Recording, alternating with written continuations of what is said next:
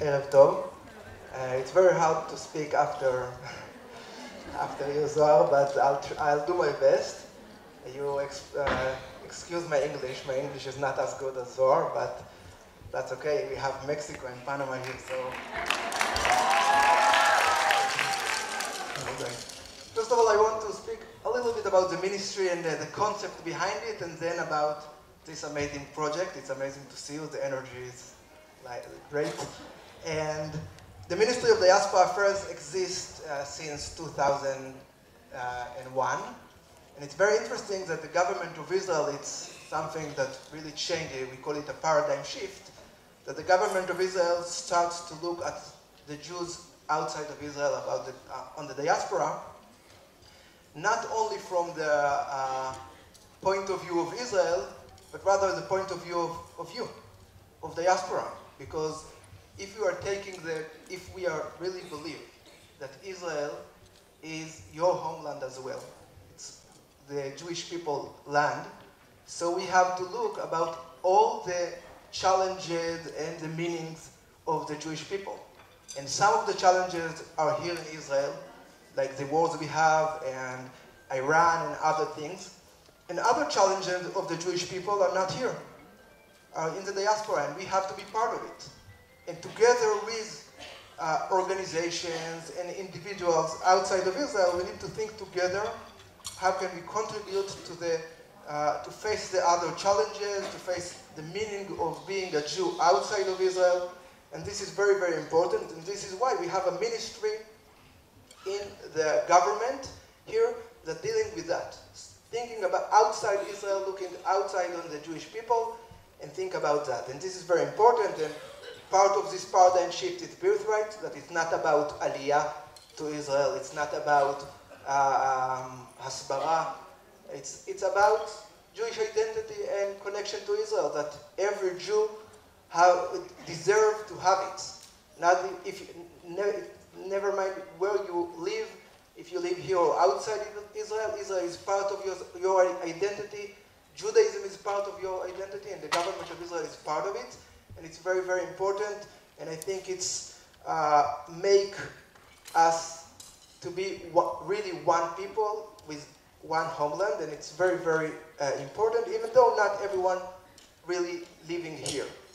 So this is why we are involved in a project like that. We are taking, and it's not, we can't take it for granted, but we are taking taxpayers' money of Israelis and invest it in people that are not citizens of Israel. But they are part of our people. We are one people, and we will continue to do it in many, many projects in many, many ways. We believe that this is really the meaning of being land and a state of the Jewish people. And I want just to mention a little bit about the time that you came here. It's very unique. You are here between Pesach to Shavuot, between Passover to Shavuot, what we call Sfirat HaOmer. And it's very, very interesting time. And in the modern time, it became even more interesting. For most of the people, Passover is about freedom. And Shavuot is about meaning. Right? We spoke about this between being free, that's nice, but free for what? So here we are in between this process, between being free to have meaning for your life. But there is something very interesting that happened in this modern day, and it's very, very important to understand our relationship with the land of Israel. What's happened is that we have another station between freedom that we have in Passover to meaning that we have in Shavuot. In between, we have independence, Atzmaut. Last week, we celebrate the independence of the State of Israel. And this is very interesting because most of the people in the world, the freedom and the independence is the same thing. But we are very unique. We have freedom. We get out of Egypt. We are not slaves anymore for anyone. But it's not our national independence. Our national independence happened here in Israel. And this is very unique. We are the only people, the only nation in the world that our basic story, that we wasn't born here. We all know history. We were born in Egypt. And this is a very strange story. There is no other nation that tell themselves, look, this is our land, and we weren't born here. Why is that? Why is it so? Why the history turn out like that? So there is many explanations, but I will suggest one because I think it's all about this trip and all about the experience that you had here. And the answer is that this is not our motherland. Israel is not our motherland. We weren't born here. Israel is our wife land. We have to choose Israel. Every generation have to choose. But think about, and I know that you spoke about a lot about it, how different it is, the love to your parents, to your mother, that you are not choosing it, and the love to your spouses, that you're choosing it. It's a very different love. More challenging, no doubt, and you need to invest in that, but you always have to choose. Every generation have to choose Israel. What does it mean to choose Israel? It could mean a lot of things. It could be active for Israel, it could be to live in Israel, it could be to love Israel. There is a lot of ways, but we have to choose. And this is amazing, that God gave us this opportunity. It's not our mother that we love her no matter what. We need to choose. And when you choose, the potential for this relationship is, there is no limit to that. So I'm really jealous of your experience. I didn't have that.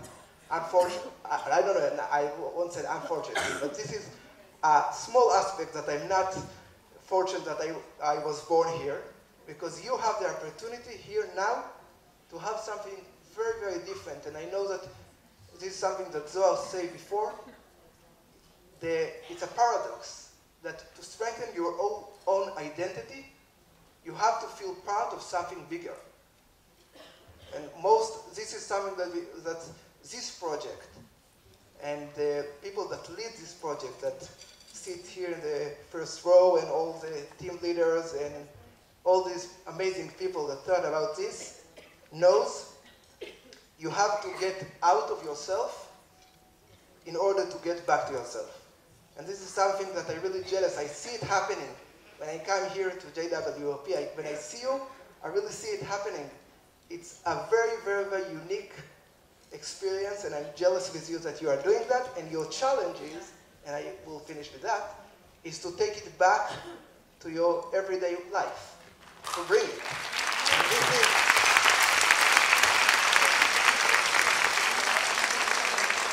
and I just want to say one thing, that it's not only a challenge. I know that you are going to handle that. 1 minute, okay? Because I know that you have the courage. You came here. Also, your husbands have the courage, because if my wife was told me that I'm going for 8 days to United States or Panama, and you will stay with the kids, and it will be okay. I don't know if it was okay, but it's a courage to go out of your comfort zone, to go to another experience, to feel, to think. Zohar told me something very funny. He told me, I know there is a men trip that's going on. I wonder, how does it go, this mega event with men? Someone here is like dancing or saying, look, I had those relationships with my wife, and then it changed, and like he's opened his heart in front of all of us. I'm not sure, but you'd be surprised.